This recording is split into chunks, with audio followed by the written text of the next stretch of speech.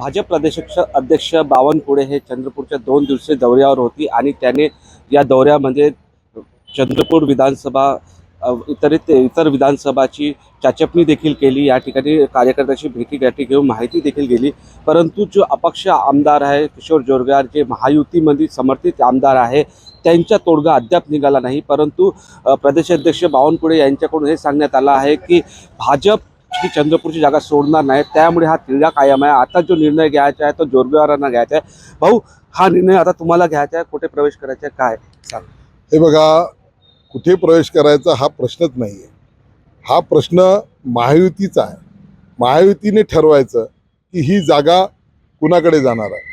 या जागेवर आता 3 लोकांनी दावा केलेला आहे। भारतीय जनता पार्टी परंपरागतपणे या ठिकाणी निवडणूक लढवत आलेली आहे, त्यामुळे नैसर्गिकरित्या ते मागणी करत आहे। शिवसेनेचे प्रमुख शिंदे साहेबांचा 50 आमदारांमध्ये मी त्यांना समर्थन केल्यामुळे त्यांचा दावा असा आहे की 50 मधली ही एक आमची जागा आहे आणि सिटिंग गेटिंगच्या फॉर्म्युल्यानुसार ही जागा त्यांच्याकडे जाईल। तिसरं, हा शेड्यूल कास्ट SC साठी रिझर्व्ह असल्यामुळे महायुतीचे तिसरे पक्ष रामदासजी आठवले यांनी सुद्धा या ठिकाणी काही दिवसापूर्वी तिथं मागणी केलेली आहे। त्याच्यामुळे हा मतदारसंघ, परंतु ह्या तिघांच्याही बाबतीतला एक कॉमन फॅक्टर असा आहे की त्यांना उमेदवार म्हणून जोरगेवार हवा आहे, परंतु त्यांच्या पक्षाकडून मी लढावं अशी त्यांची ती भूमिका आहे।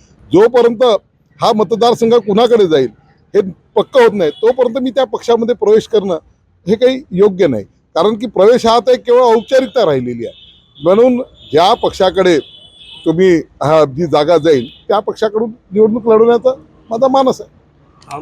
पण भाजप प्रदेशाचे बावनकुळे यांनी हे सांगितलं आहे की ही भाजपची जागा आहे, भाजपच लढवणार, मी कार्यकर्त्याची चर्चा करून आणि देवेंद्र फडणवीस आणि मुनगंटीवार याबाबत निर्णय घेणार। हे गोष्ट बरोबर आहे। ते पक्षाचे प्रदेशाध्यक्ष प्रमुख म्हणून त्यांची भूमिका योग्य आहे। कोणत्याही पक्षाच्या प्रमुखाला हे वाटते की जास्तीत जास्त मतदारसंघामध्ये निवडणूक लढवावी आणि त्यामध्ये विजयी होत सत्ता त्या ठिकाणी स्थापन करावी, हा साधारणतः कोणत्याही पक्षाच्या प्रमुखाचा तो भावना आहे। आणि बावनकुळे साहेब तर 100% राज्यामध्ये खूप मेहनत घेत ते फिरत आहे।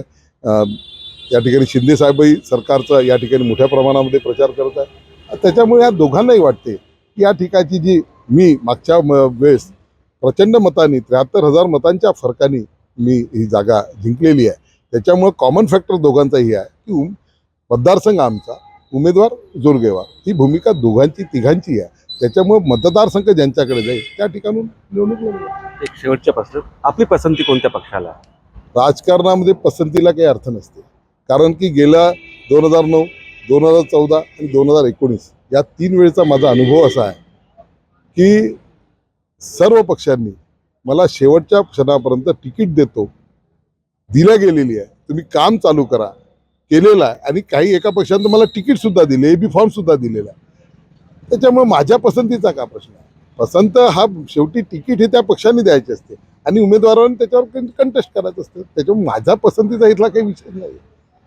तर हे होते अपक्ष आमदार किशोर जोरगेवार। निलेश दहाट, TV9 मराठी, चंद्रपूर।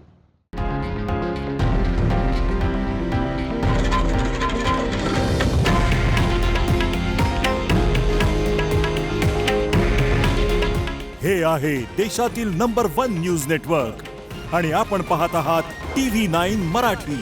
काळजी तुमची, हित महाराष्ट्राचं।